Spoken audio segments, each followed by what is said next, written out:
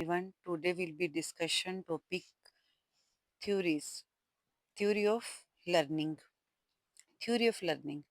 ਇਸ ਵਿੱਚ ਅਸੀਂ ਪਹਿਲੇ ਕੀ ਕਰਾਂਗੇ ਬਿਹੇਵੀਅਰਲ ਅਪਰੋਚ ਵਿਵਹਾਰਵਾਦੀ ਪਹੁੰਚ ਕਿ ਥਿਊਰੀ ਆਫ ਲਰਨਿੰਗ ਦੀ ਕਿਹੜੇ ਕਿਹੜੇ ਅਪਰੋਚ ਸੀ ਤਾਂ ਫਸਟ ਕੀ ਹੈ ਬਿਹੇਵੀਅਰਲ ਅਪਰੋਚ ਜਿਸ ਨੂੰ ਅਸੀਂ ਵਿਵਹਾਰਵਾਦੀ ਪਹੁੰਚ ਵੀ ਕਹਿੰਦੇ ਹਾਂ ਤਾਂ ਇਸ ਦੇ ਸਾਈਕੋਲੋਜਿਸਟ ਕੌਣ ਸਨ ਥੋਰਨਡਾਈਕ ਜਿਨ੍ਹਾਂ ਨੇ ਕਿਹੜੀ ਥਿਊਰੀ ਦਿੱਤੀ ਕਨੈਕਟਨਿਜ਼ਮ ਔਰ ਟਰਾਇਲ ਐਂਡ ਐਰਰ ਥਿਊਰੀ ਥੋਰਨਡਾਈਕ ਦਾ ਸੰਜੋਗਵਾਦ ਤੇ ਸਿੱਖਣ ਦਾ ਯਤਨ ਤੇ ਭੁੱਲ ਵਿਧੀ ਇਹਨਾਂ ਨੇ ਕੀ ਦਿੱਤਾ ਅੱਗੋਂ ਪ੍ਰਾਇਮਰੀ ਲਾਅ ਤੇ ਸੈਕੰਡਰੀ ਲਾਅ ਇਹ ਕਿਸ ਤੇ ਹਨ ਥੋਰਨਡਾਈਕ ਦੀ theory trial and error theory ਦੇ ਜਿਸ ਦੇ ਵਿੱਚ ਪ੍ਰਾਇਮਰੀ ਲਾਅ ਦੇ ਵਿੱਚ ਉਹ ਕੀ ਦੱਸਿਆ ਹੈ law of readiness second law of fact और थर्ड लॉ ऑफ एक्सरसाइज और नेक्स्ट की पॉइंट है सेकेंडरी लॉ यानी कि किसकी थ्योरी है थोर्नडाइक दी तो सेकेंडरी लॉ विच की आ रहा है कि law of multiple response law of set and attitude law of analogy और लॉ ऑफ एसोसिएटिव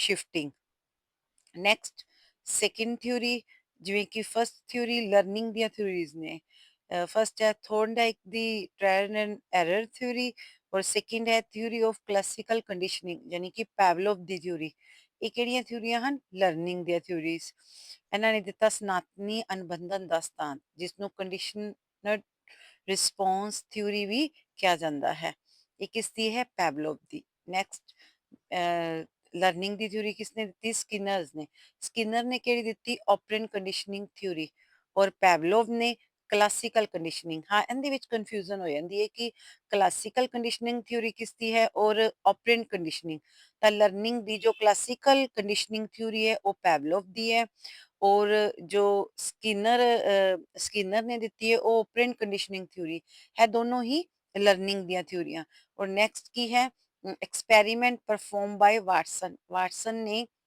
ਲਰਨਿੰਗ ਦੇ ਥਰੂ ਹੀ ਕੀ ਦਿੱਤਾ ਸੀ ਕਿ ਅਸੀਂ ਬਿਹੇਵੀਅਰ ਨੂੰ ਚੇਂਜ ਕਰ ਦਿੰਨੇ ਹਾਂ ਯਾਨੀ ਕਿ ਜੇ ਇਹ ਬਿਹੇਵੀਅਰਿਸਟ ਕੀ ਕਹਿੰਦੇ ਸਨ ਕਿ ਤੁਸੀਂ ਸਾਨੂੰ ਕੋਈ ਵੀ ਬੱਚਾ ਦਿਓ ਅਸੀਂ ਉਸ ਦਾ ਬਿਹੇਵੀਅਰ ਚੇਂਜ ਕਰ ਦਾਂਗੇ ਤਾਂ ਸਭ ਉਸ ਦੇ ਨਾਲ ਹੀ ਵਾਟਸਨ ਨੂੰ ਬਿਹੇਵੀਅਰਿਸਟਿਕ ਅਪਰੋਚ ਦੇ ਵਿੱਚ ਹੀ ਇਨਕਲੂਡ ਕੀਤਾ ਗਿਆ ਕਿਉਂਕਿ ਵਾਟਸਨ ਹੀ ਅਜੇ ਸਾਈਕੋਲੋਜਿਸਟ ਸਨ ਜਿਨ੍ਹਾਂ ਨੇ 11 ਮਹੀਨੇ ਦੇ ਆਪਣੇ ਬੇਟੇ ਅਲਬਰਟ ਤੇ ਸਭ ਤੋਂ ਪਹਿਲੇ ਪ੍ਰਯੋਗ ਕੀਤਾ ਸੀ ਤਾਂ ਇਹ ਹੈ ਲਰਨਿੰਗ ਦੀਆਂ ਥਿਊਰੀਆਂ ਲਰਨਿੰਗ ਦੀ ਥਿਊਰੀ ਦੇ ਵਿੱਚ ਜੇਕਰ ਅਸੀਂ ਬਿਹੇਵੀਅਰਲ ਅਪਰੋਚ ਲਈਏ ਤਾਂ ਉਹ ਕਿਸ ਦੀ ਹੈ ਥੋਰਨਡਾਈਕ ਦੀ ਕਨੈਕਟਿਜ਼ਮ ਔਰ ਟ੍ਰਾਇਲ ਐਂਡ ਐਰਰ ਥਿਊਰੀ ਇਹ ਇੱਕ ਹੀ ਹੈ ਉਸਨੇ ਅੱਗੋਂ ਪ੍ਰਾਇਮਰੀ ਲਾਅ ਦਿੱਤੇ ਇਸ ਦੇ ਵਿੱਚ ਹੀ primary law secondary law primary law ਦਾ ਅਲੱਗ-ਅਲੱਗ ਮੈਂਸ਼ਨ ਹੈ ਜਿਵੇਂ ਸੈਕੰਡਰੀ ਲਾਅ ਫਿਰ theory of classical conditioning theory ਫਿਰ ਸਕਿਨਰ ਨੇ ਦਿੱਤੀ ਆਪਰੈਂਟ ਕੰਡੀਸ਼ਨਿੰਗ ਥਿਊਰੀ ਔਰ ਐਕਸਪੈਰੀਮੈਂਟ ਪਰਫਾਰਮ ਬਾਈ ਵਾਟਸਨ ਅੱਗੇ ਜੇਕਰ ਅਸੀਂ ਲਰਨਿੰਗ ਦਾ ਸੈਕਿੰਡ ਪਾਰਟ ਦੇਖੀਏ ਤਾਂ ਕੋਗਨੀਟਿਵ ਡਿਵੈਲਪਮੈਂਟ ਯਾਨੀ ਕਿ ਲਰਨਿੰਗ ਬਾਈ ਇਨਸਾਈਟ ਥਿਊਰੀ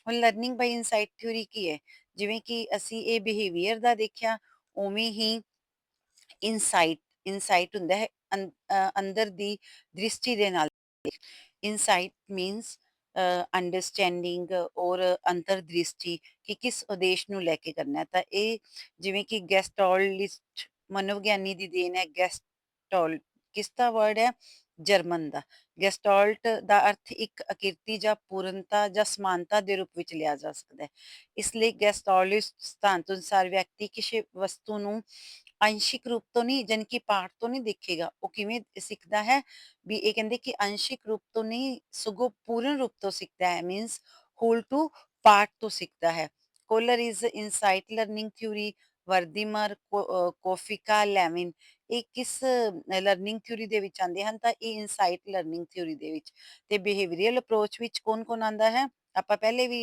ਡਿਸਕ੍ਰਾਈਬ ਕੀਤਾ ਹੈ ਥੋਰਨਡਾਈਕ ਆਉਂਦਾ ਹੈ ਪੈਵਲੋਵ ਸਕਿਨਰ ਵਾਟਸਨ ਇਹ ਬਿਹੇਵੀਅਰਲ ਅਪਰੋਚ ਵਿੱਚ ਆਉਂਦੇ ਹਨ ਕਿਸ ਦੇ ਵਿੱਚ ਲਰਨਿੰਗ ਦੀ ਥਿਊਰੀ ਦੇ ਵਿੱਚ ਔਰ ਜੇਕਰ ਇਨਸਾਈਟ ਲਰਨਿੰਗ ਥਿਊਰੀ ਦੇ ਵਿੱਚ ਤਾਂ ਉਸ ਦੇ ਵਿੱਚ ਕਿਹੜੇ ਸਾਈਕੋਲੋਜਿਸਟ ਆਉਂਦੇ ਹਨ ਕੋਲਰ ਆਂਦਾ ਹੈ ਵਰਦੀਮਰ ਆਂਦਾ ਹੈ ਕੋਫਿਕਾ ਆਂਦਾ ਹੈ ਤੇ ਲੈਮਿਨ ਆਂਦਾ ਹੈ ਤਾਂ ਇਹ ਕੁਐਸਚਨ ਕਿਵੇਂ ਆਂਦਾ ਹੈ ਕਿ ਇਨਸਾਈਟ ਲਰਨਿੰਗ ਥਿਊਰੀ ਨਾਲ ਕਿਹੜੇ ਸਾਈਕੋਲੋਜਿਸਟ ਰਿਲੇਟਡ ਹਨ ਤਾਂ ਅਸੀਂ ਕੀ ਕਹਾਂਗੇ ਕੋਲਰ ਹੈ ਵਰਦੀਮਰ ਹੈ ਕੋਫਿਕਾ ਹੈ ਲੈਵਿਨ ਔਰ ਜੇਕਰ ਲਰਨਿੰਗ ਦੇ ਬਿਹੇਵੀਅਰਿਸਟਿਕ ਆ ਜਾਣਗੇ ਤਾਂ ਉਹਦੇ ਵਿੱਚ ਥੋਰਨਡਾਈਕ ਪੈਵਲੋਵ ਸਕਿਨਰ ਵਾਟਸਨ ਨੈਕਸਟ ਅਸੀਂ ਕਰਾਂਗੇ ਥਿਊਰੀ ਆਫ ਇੰਟੈਲੀਜੈਂਸੀ ਦੀਆਂ ਥਿਊਰੀਆਂ ਤਾਂ ਯੂਨਿਟਰੀ ਥਿਊਰੀ ਔਰ ਮਨਾਰਚਿਕ ਥਿਊਰੀ ਯਾਨੀ ਕਿ ਇੱਕ ਘਰ ਕੀ ਸਿਧਾਂਤ ਇਹ ਹੁਣ ਇੰਟੈਲੀਜੈਂਸੀ ਦੀਆਂ ਹੋ ਗਈਆਂ, ਪਹਿਲੇ ਅਸੀਂ ਕੀਤੀਆਂ ਲਰਨਿੰਗ ਦੀਆਂ। ਤਾਂ ਇਹ ਕਿਸਨੇ ਦਿੱਤਾ ਸੀ? ਐਲਫਰਡ ਬਿਨੇ ਨੇ।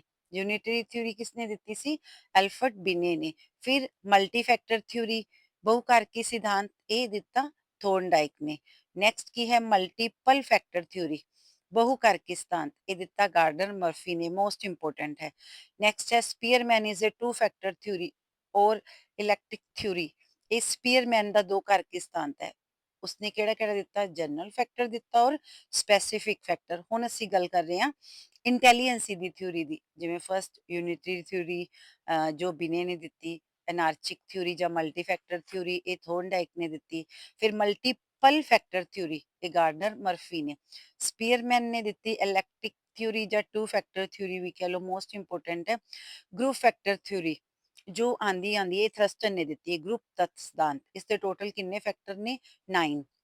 ਫਸਟ ਕਿਹੜਾ ਹੈ? ਵਰਬਲ ਫੈਕਟਰ, ਸੈਕਿੰਡ ਸਪੈਸ਼ਲ, ਤੇ ਥਰਡ ਨੂਮੈਰੀਕਲ ਫੈਕਟਰ ਜੋ ਅੰਕ ਨਾਲ ਸੰਬੰਧਿਤ ਹੈ, ਤੇ ਫੋਰਥ ਮੈਮਰੀ ਫੈਕਟਰ, ਫਿਫਥ ਫਰਡ word fifth word fluency factor यानी कि शाब्दिक प्रवाह संबंधी तत्व, सिक्स्थ इंडक्टिव रीजनिंग आगमन तर्क तत्व, सेवंथ डिडक्टिव रीजनिंग फैक्टर निगमन तर्क तत्व, और एट परसेप्शनल फैक्टर समझ संबंधी तत्व, और नाइन्थ प्रॉब्लम सॉल्विंग।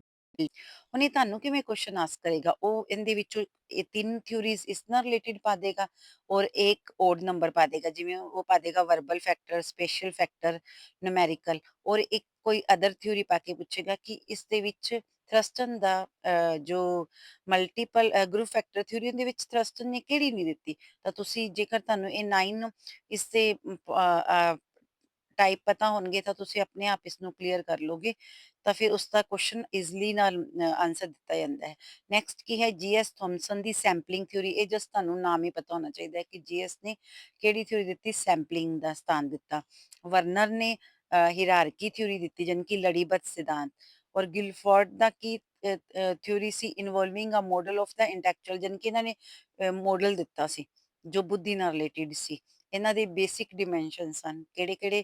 ਕੰਟੈਂਟ, ਆਪਰੈਂਟ ਔਰ ਪ੍ਰੋਡਕਟ। ਕੰਟੈਂਟਸ ਕੀ ਹੁੰਦਾ ਹੈ? ਵਿਸ਼ਾ ਵਸਤੂ, ਔਰ ਆਪਰੇਸ਼ਨਸ ਕਿਰਿਆ, ਔਰ ਪ੍ਰੋਡਕਟ ਉਤਪਤੀਆਂ। ਹੁਣ ਕੰਟੈਂਟ ਦੇ ਵੀ ਅੱਗੋਂ ਇਸ ਦੇ ਪਾਰਟ ਹਨ। ਦ ਟਾਈਪ ਆਫ ਇਨਫੋਰਮੇਸ਼ਨਸ ਇਨਵੋਲਵ ਫਿਗਰਲ, ਜਿਸ ਨੂੰ ਅਸੀਂ ਵਿਜ਼ੂਅਲ ਕਹਿੰਦੇ ਆ। ਥਰਡ ਸਿੰਬੋਲਿਕ ਚਿੰਨ੍ਹ ਦੇ ਨਾਲ, ਸਿਮੈਂਟਿਕ ਸ਼ਬਦਾਵਲੀ ਦੇ ਨਾਲ, ਬਿਹੇਵੀਅਰਲ ਵਿਵਹਾਰਵਾਦੀ ਦੇ ਨਾਲ, ਇਹ ਕੰਟੈਂਟ ਦੇ ਵਿੱਚ ਐਡ ਹੈ। ਔਰ ਆਪਰੇਸ਼ਨਸ ਦਾ ਵੇ ਆਫ ਪ੍ਰੋਸੈਸਿੰਗ ਦਾ ਇਨਫੋਰਮੇਸ਼ਨਸ ਦਾ, ਇਸ ਦੇ ਵਿੱਚ ਕੀ ਕੀ ਪਾਰਟ ਆ ਰਹੇ ਨੇ? Cognitions, memory, divergent production, convergent production ਔਰ ਇਵੈਲੂਏਸ਼ਨ। ਥਰਡ ਕੀ ਹੈ? ਪ੍ਰੋਡਕਟਸ ਦਾ ਰਿਜ਼ਲਟ ਆਬਟੇਨ ਥਰੂ ਆਪਰੇਸ਼ਨਸ।